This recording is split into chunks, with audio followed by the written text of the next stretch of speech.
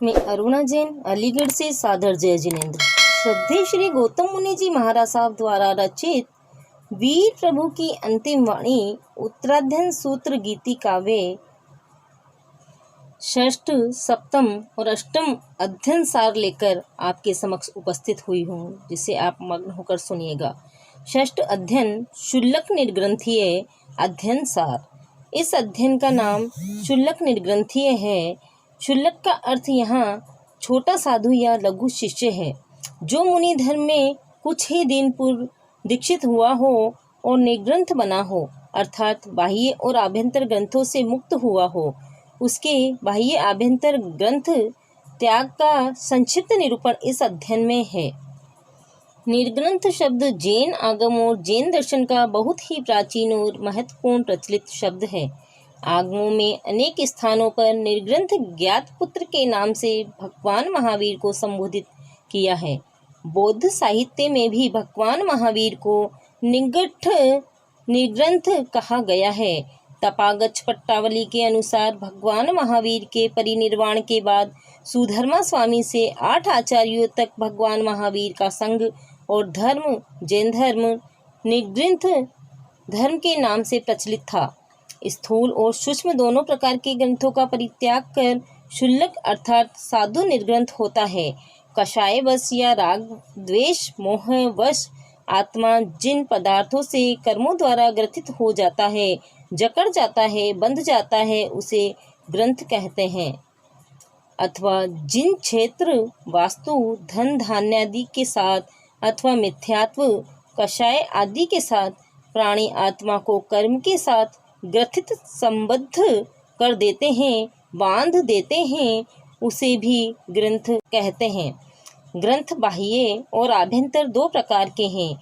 बाह्य ग्रंथ 10 प्रकार का है। पहला क्षेत्र, दूसरा वास्तु भूमि ग्रह आदि, तीसरा धन सोना आदि, चौथा धान्य, पांचवा संचय तृण काष्ठादि संग्रह, छठा संयोग मित्र ज्ञाति स्वजन स्वसुर कुल आदि का आसक्ति युक्त संबंध, सातवां यान वाहन आदि, आठवां शयनासन पलंग चौकी सैया आदि, नौवां दासी दास तथा 10वां कुप्पे घर का उपयोगी सामान।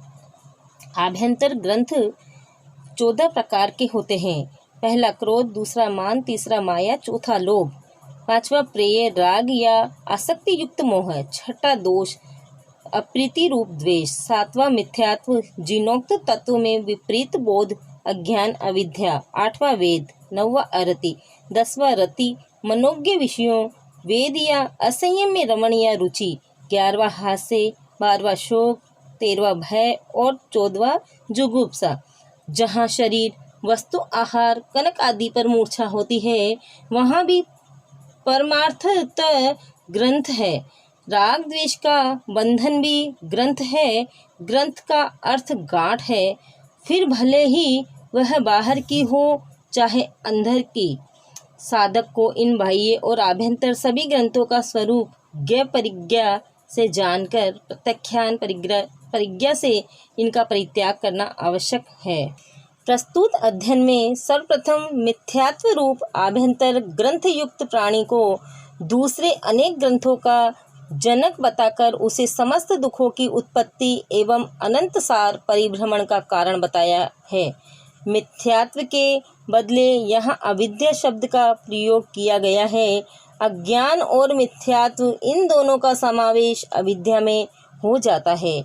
पातंजल योग दर्शन के अनुसार अविद्या का अर्थ अनित्य में नित्य की, अशुचि में शुचि की, दुख में सुख की और अनात्मा में आत्मा की अनुभूति। जैन दर्शन के अनुसार अधर्म धर्म, जीव अजीव, साधु असाधु, संसार मार्ग मोक्ष मार्ग, कर्म मुक्त अमुक्त आदि के प्रति विपरीत दृष्टि संज्ञा समझ या श्रद्धा मिथ्यात्व है। अभिग्रहिक अनभिग्रहिक आदि 5 या 25 प्रकार के मिथ्यात्व है। यह विपरीत दृष्टि या श्रद्धा ही अविद्या है। इसलिए दूसरी गाथा में साधक को विद्यावान सम्यक दर्शन युक्त ज्ञान संपन्न बनकर पुत्र कलत्रादि मोह संबंधों को पाश बंधन हेतु और एकेंद्रिय आदि में जन्म का मार्ग जानकर स्वयं सत्यान्वेषण करने और सर्वभूत मैत्री का आचरण करने की प्रेरणा दी है। अविद्या के कारण स्वकर्मवश दुख पाता हुआ मनुष्य कभी माता पिता आदि स्वजनों को, कभी गो अश्व आदि पशु वर्ग, मणिमाणिक आदि धन दास दासी तथा चल अचल संपत्ति, धान्य, ग्रह उपयोगी साधन आदि को अपनी त्राण का कारण मानता है। अतः साधक को इनके प्रति गृद्धि, मूर्छा, आसक्ति एवं ममता का परित्याग कर देना चाहिए। पूर्वाश्रम के परिचित सजीव निर्जीव पदार्थों से कोई संसर्ग नहीं रखना चाहिए, तभी वह इनके बंधनों से मुक्त, स्वतंत्र विहारी एवं सच्चे मायने में निग्रंथ हो सकता है। यह 3वीं से 6ठी गाथा तक बताया गया है। इस वस्तु के संयोग वियोग एवं अनिष्ट वस्तु के संयोग वियोग से होने वाले सुख दुख सभी आत्मा से संबंधित है। वस्तु अपने आप में दुख सुख देने वाली नहीं होती, यह सोचकर इष्ट अनिष्ट संयोग वियोग के लिए प्राणी हिंसा, असत्य, वेर, भय आदि से दूर रहना चाहिए। यह 7वीं गाथा में बताया गया है। 9वीं से 11वीं गाथा तक यह बताया गया है कि ज्ञान और क्रिया दोनों के समन्वय से मोक्ष होता है। इस सिद्धांत को न मानकर कई ज्ञानवादी लोग हिंसा और आदि पापों का प्रत्याख्यान किए बिना केवल आचार विचार को जान लेने मात्र से, बंध मोक्ष की या तत्व ज्ञान की लंबी चौड़ी व्याख्या कर देने मात्र से, अथवा बहुत सी भाषाएं या विद्याएं या दर्शन शास्त्रों को सीख लेने मात्र से सर्व दुख मूल कर्मों से मुक्ति मानते हैं।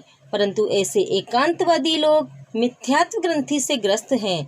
12वीं से 16वीं गाथा तक शरीर एवं शरीर से संबंधित पदार्थों के प्रति आसक्ति, मोह, ममत्व या आकांक्षा के त्याग का उपदेश देते हुए ग्रंथ त्याग का विवेक बताया है कि शरीरासक्ति सर्व दुखों का कारण है। अतः मन वचन काया से शरीर के प्रति आसक्ति न रखे। शरीरासक्तिवश अनेक प्रकार के पाप कर्म मनुष्य करता है और उनके फलस्वरूप दीर्घ काल तक संसार परिभ्रमण करता है। इसीलिए साधु को पूर्व कर्मों के लिए ही इस शरीर को निर्दोष आहार आदि से धारण करना है। मोक्ष का लक्ष्य रखने वाला साधक विषयाकांक्षा कभी न करे, न भोग विलासार्थ निदान करे। जब तक शरीर है तब तक यथावसर इसे कर्मंद के कारणों से दूर रखे। आवश्यकता पूर्ति मात्र निर्दोष भिक्षा द्वारा आहार पानी ले। आवश्यक वस्तुओं का भी लेश मात्र संग्रह न करे।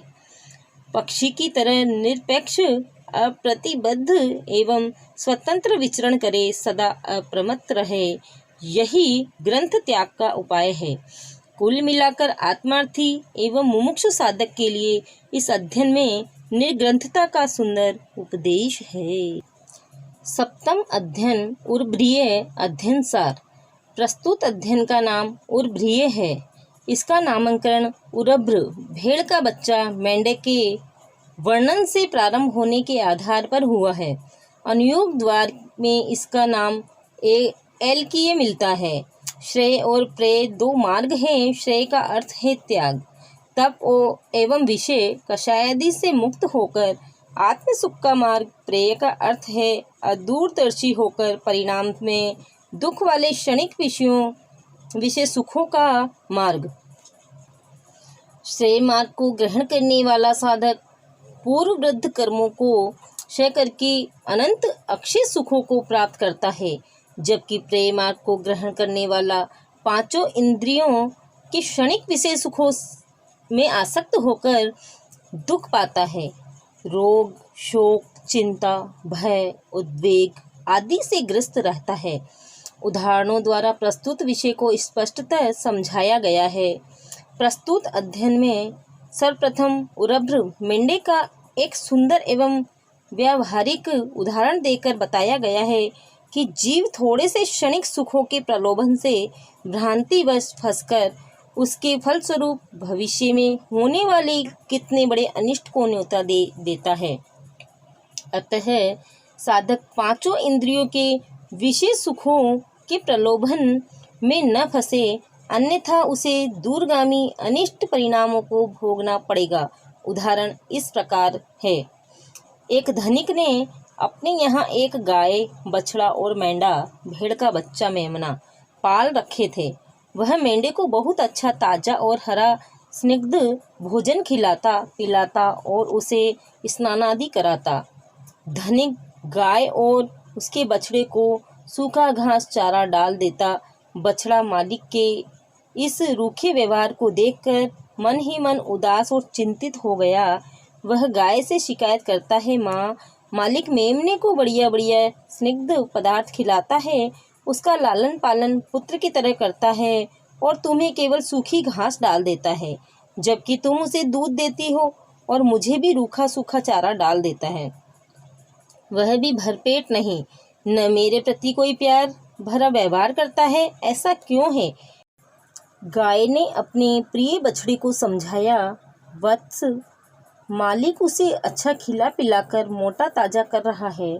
उसका कारण है, जिसकी मृत्यु निकट होती है उसे मनचाहे पदार्थ खिलाए जाते हैं, परंतु कुछ ही दिनों में देखना उसकी क्या दशा होती है। बेटा, सूखी घास खाकर जीना हमारी दीर्घायु का लक्षण है।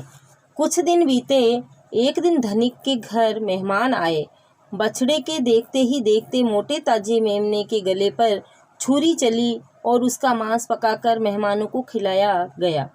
बछड़ा इस भयानक दृश्य को देखकर कांप उठा। उसने आकर गाय से पूछा, माँ, मालिक ने आज मेमने को मेहमान के स्वागत में काट दिया है, क्या मैं भी इसी तरह काटा जाऊंगा? गाय ने उसे दुलारते हुए कहा, नहीं बेटा, तू तो सूखी घास खाकर जीता है। जो रूखा सूखा खाता है उसे ऐसा कटु फल नहीं भोगना पड़ता।